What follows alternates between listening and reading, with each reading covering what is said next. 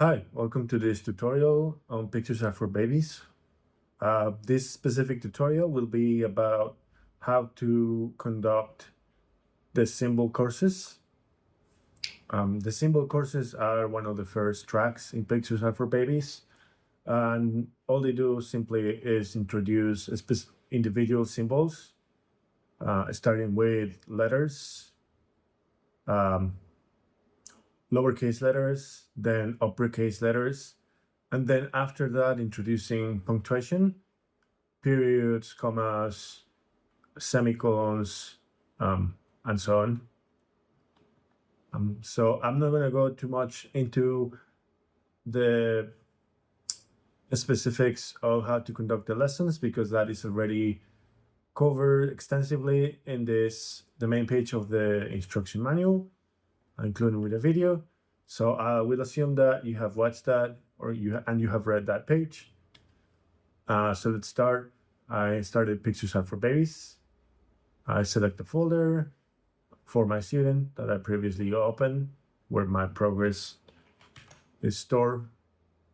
I open it, and now I get a symbols course. So let's go through the procedure. This is my student, Tigrillo. Hi. So we're gonna assume that he knows a little bit just to make this go faster. But it's okay. So, like in all the other lessons, our first task is to figure out what the student knows. So we're gonna go through the examples, reveal them, and ask the student. So you have to tell me the name of the letter and the sound that it usually makes. Okay. That's a D. Like in what sounds does it make? D. Okay, good. So you have to make sure that that their answers are automatic, because that is the standard of mastery that we want to enforce. Don't worry if they don't get things right the first time. The same lesson will be presented multiple times, so there is opportunity to review and to make sure that mastery is a long-term goal and not simply a one-off. So let's keep going. C, like in cat. What sounds does it make? Yeah. So he got it right. Let's say he got it right. Oh, and you also can ask, he said cat. So it's good to get the student to give you a word that is normally used, but it's not, that contains the letter, but it's not obligatory. If they give you the letter name and the sound that it makes, that's good enough. So again, now, I don't know what that is. Looks funny. Yeah, that's a G. Well, let's teach. I'll teach you that later. Okay, next example. F makes the sound like in fast. That's a B, makes the sound boop, boop, boop. What word? Give me a word. Bob. Okay. So now that's the end of the first phase, diagnosis. And so now we have to go to the second phase, which is going through the examples that they missed and just teach those letters. So what you can do is take a notebook and a pencil or a pen and draw the letter. Write the letter. So I got a letter G here, and then write it big so it's easy for them, and then just teach them the letters. So that's the letter G, and it makes the sound G, like in Gatorade. Actually, you can click in here and open instructions, and you see some examples. Oh, like in goat. I like goat. It's one of my favorite dishes. he really likes goat. Cabrito. That's what it's called. The dish he likes. That's a baby goat. Um, yeah. So that's how you do it. And so you go through all the letters. Let's take another example. Um, like B. So you write B, and it's flipped, so it looks like a D, but it's a B. And that's a B, and it makes the sound B, as in Bob. And you need that, but so the reason we want to teach both the letter name and the sound that it makes. So that's why if you go to the open instructions, you get examples here. So the sounds of the consonants is usually just the sound that usually makes when the letter is at the beginning of the word. And the sounds of the vowels are the sounds that the vowels make in simple letters like pat, pet, Pete, pot, put. Actually, put is a bad example, but because that's an exception really. But you get what I'm saying, right? The vowels, we know that they don't really make one sound, but we're trying to simplify here, and we're starting with words that are consonant, vowel, consonant. So they will tend to follow those rules. Yeah, so that's how the script goes for symbols. So then we go and click next lesson. And so I'm going to skip the lessons until I get a different consonant. Okay, so now I get a different symbols one. Again, it's a type reading, so it's asked us to read. But let me talk a little bit about dictation. Let's assume that I would have gotten a dictation lesson. The difference is that now I have to make sure the student is looking at the screen and ask them to write down the letter. So you can also make sure when you're teaching the letters, if they are struggling, you can use multisensory supports like maybe Play-Doh, crayons, or maybe just take their finger, draw a really big version of the letter, and make sure to trace your finger over there. But it's at your it's at your judgment. The basics is just to write the letter, teach the name, the sound, and just give an example word. But let's go for a dictation lesson. I know it says reading, but let's pretend it says dictation. So I'm going to reveal the example. T, letter T. And we're going to pretend he has fingers. I don't have fingers. I'm a tiger. But he's going to try to do his best. Good. He wrote down a T. T. I'm smart. Yeah, you're smart. So why? And again, you have to make sure that they do it right away. If they struggle, it's not good to mark it as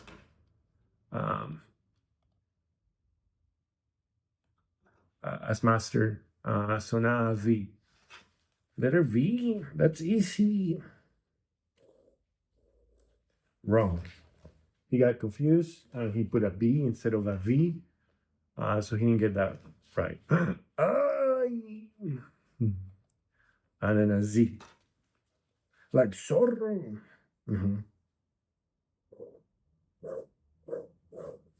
Okay, he got that right. So we're gonna mark it right. And then a W.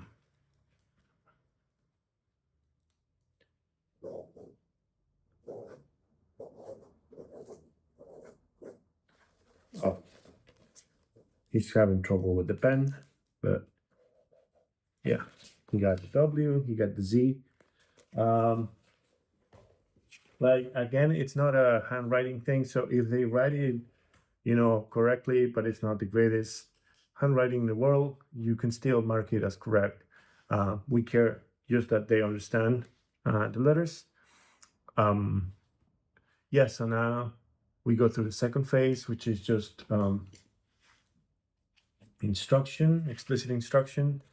So we can make sure just to write it, show how we write it. So he missed the letter V. So we write a V here. I'm going to change pens. Yep.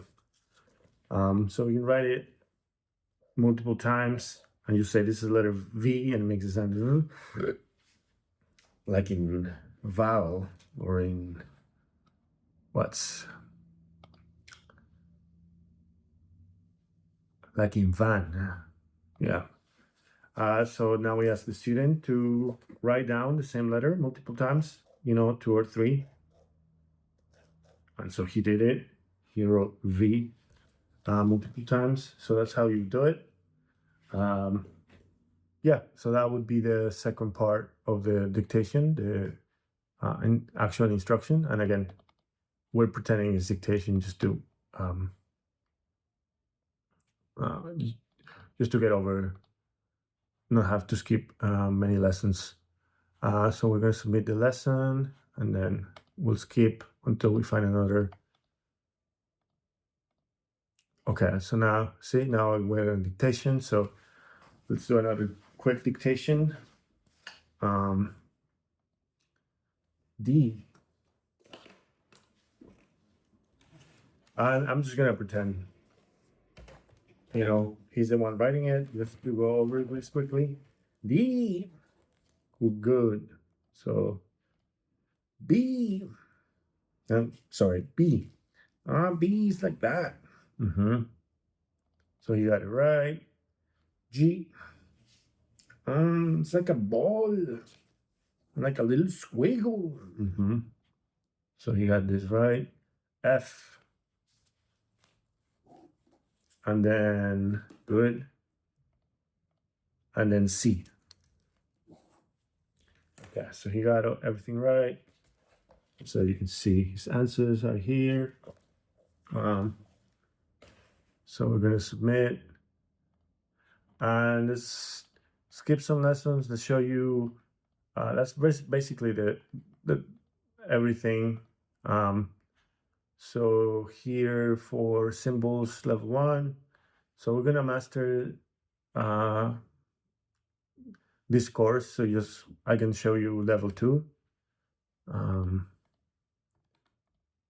So now level 1 is considered as mastered, and we're not gonna see it again just for this demo.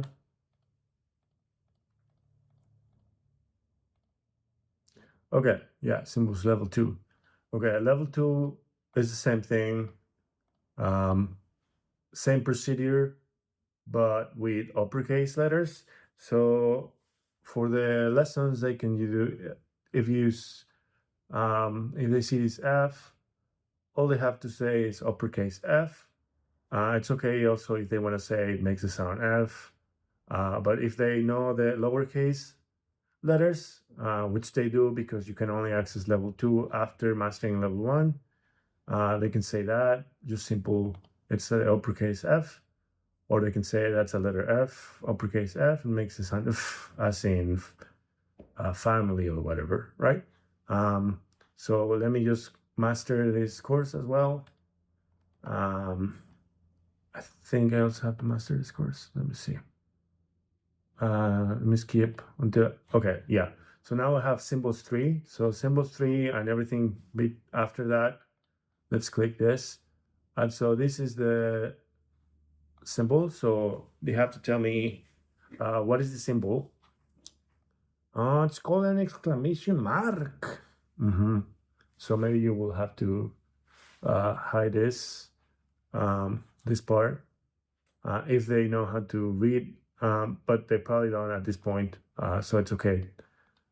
So they have to say quickly what this is an exclamation mark, and the tutor can read the note. So the symbol is called an exclamation mark. It is used for, right? And you get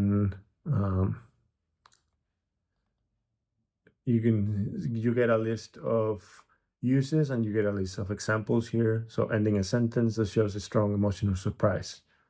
That's incredible. That would be the example use of this use case. And so everything else is like that. These are kind of small. You can go in settings and there's an option to make them bigger if you need so. So this is a dot and this is a colon. Yeah, so that is how everything past the letters goes. You just get introduced to individual symbols. Yeah, and like I said, the student does not need to read any of this. The student, it's the responsibility of the tutor. I will probably add instructions here, and maybe move this to the instructions just in case. But yeah, it's not super complicated, this symbols part. Again, the most, I guess, elaborate instructions is if the student keeps not getting a specific symbol, even after you've seen the lesson multiple times, then you can fall onto multisensory supports like using Play-Doh to sculpt the letters, using crayons, taking their finger, going through the letters, maybe asking them to write them multiple times. You can find out what the student needs, and that falls on the tutor a little bit just because they have a personal relationship with the student and they would know better what kind of support they need. But apart from that, the software will take care of surfacing the exercises multiple times. So if they keep struggling with this one, they will see it more often than if they keep answering everything correctly. Yeah, so I think that is pretty much it for the symbols part. And again, you have a much more detailed explanation here, including for every type of symbol course, the lowercase, uppercase, and symbols. Yeah, so I hope that that's helpful for you in conducting symbols lessons. Thank you.